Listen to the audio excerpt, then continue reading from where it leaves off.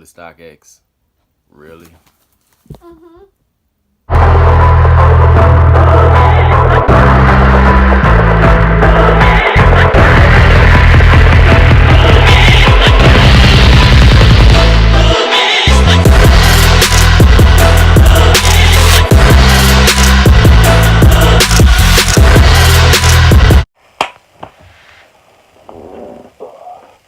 What's good, YouTube? It's your boy JB, Mr. Mixer Man, Mr. 504G from the Big Easy. Hit and welcome y'all back to the showroom. I'm back online, so got a new camera.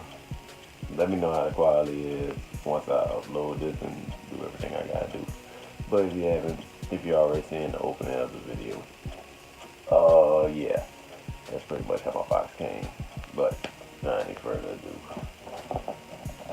the box ain't that damaged, so not gonna complain that much on it. Got a couple of other pickups that I got already got out the box. I might just do that. I'm gonna just say that for another video.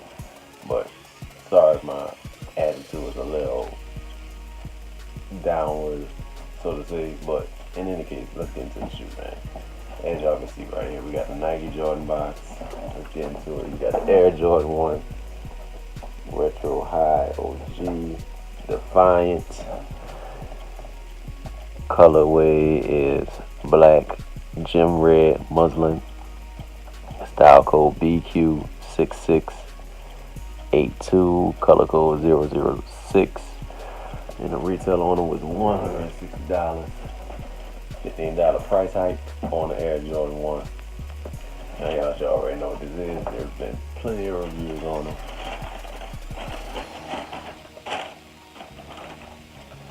And yes. I'm take this shoe right here.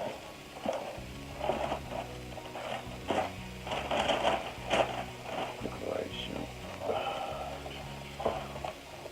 Alright. Okay. Bam. The Air Jordan 1 Retro High OG, aka the couture, the defiant, whatever you want to call it. Pretty much white and black. Pretty much a black Jordan 1. But this particular shoe really sparked some controversy over the past couple of weeks. We all know about the Gucci Burberry thing that's been going on, where one incorporated blackface and the other incorporated nooses in their clothing, and like people think that people are reacting, they are reaching. I don't even think they're reaching. Like, those are legit things. And me being from the South, like, I don't see how you could get any more blatant than that. Now, this people that were allegedly outraged about it says this is pretty much falling on them lines. I'm like, now you're reaching. And I'm not saying that just because it's a Jordan, but like for real. And I could go on the whole tirade about the whole blackface thing because I'm from New Orleans. Like, there's a controversy with Zulu and all that. Like, for those who don't know, I probably will throw that video clip in here, letting y'all see some of the probably last year Zulu costumes and things like that. The black painting on those faces was actually from a South African tribe. So that's where the roots came from. I could really go deeper into that, but I'll say that for another time. But let's get into the shoe, man. As y'all can see. But let's get into the shoe, man. As you can see on the bottom, you got a mostly muslin. Muslin is a material, but it's also a color. It's the color of the natural form of the material, which is this salish color. And if the camera's picking it up lighter than what it is, like, this is actually a deep sail, which is not bad in my personal opinion. I actually like this. But go to the upper, as you can see, majority black upper. And as you can see, we have that, it say gloss leather, but this is actually like Chelsea boot leather, like as you get on finer boots and things like that. Like if you really look at the black on it, like this is actually what they have on Chelsea boots and like other high end boots. So to say, I think Ferragami's got this kind of leather too. Like people are complaining because it's stiff, but like not every leather, tumble leather was not the greatest grain of leather ever created. Like there are other grains. Like there's stiff leather, there's soft leather, there's plush leathers, there's thin leathers, there's even pleather. But I digress. On the shoe also you have this red line going all the way across on here. And if you could really pay attention to this line, it does look like it was kind of hand painted on there. Because if you really look at it, it's like not as centered as you think it should be, but give or take, it's kind of draping over the Wings logo right here.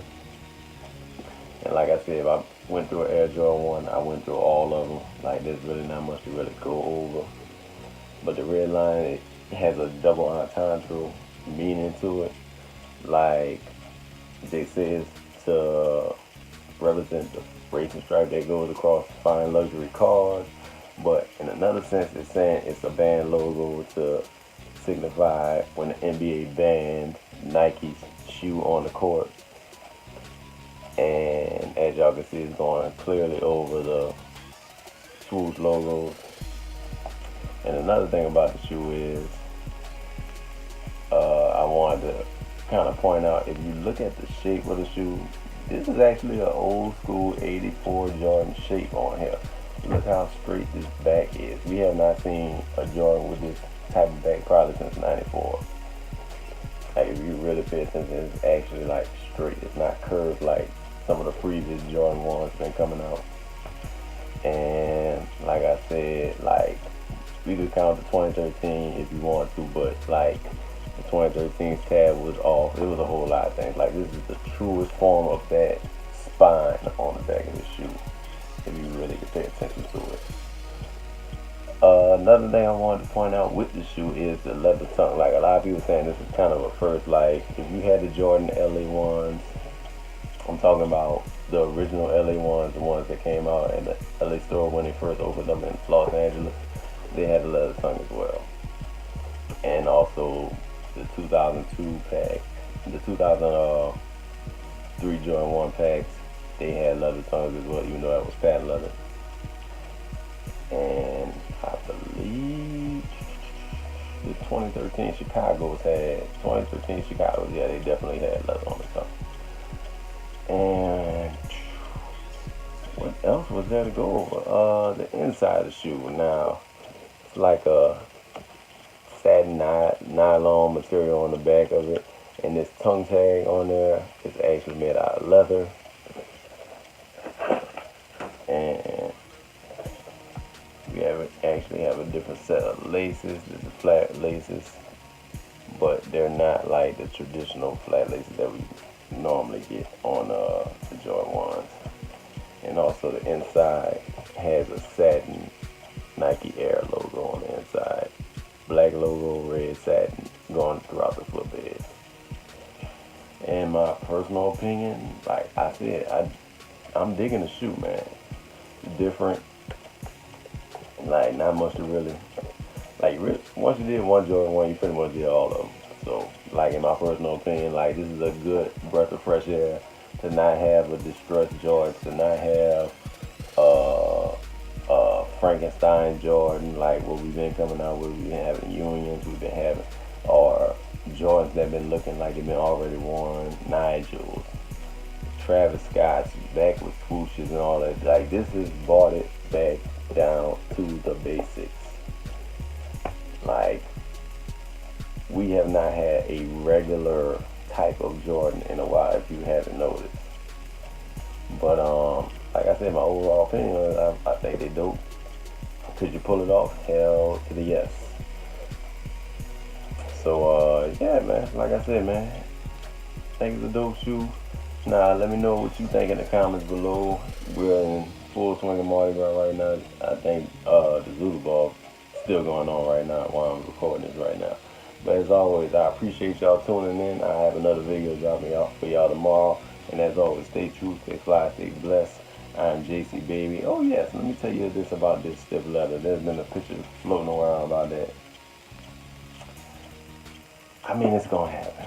But that crease, I don't know what bro was doing, man. He must have been standing on his feet all day to get that kind of crease in that shoe. But as always, follow me on all my social media platforms. And if you wanna go to my Snuff, you'll see all my collections that I post on Snuff. I mostly try to keep it updated as much as I possibly can. Has my collections of everything from memorabilia to sneakers to collectibles, all kind of stuff, man. So as always, man, thank y'all for tuning in. Stay true, stay fly, stay blessed. Now I'll let you on the next video. I'm JC Baby and I'm out. You dig?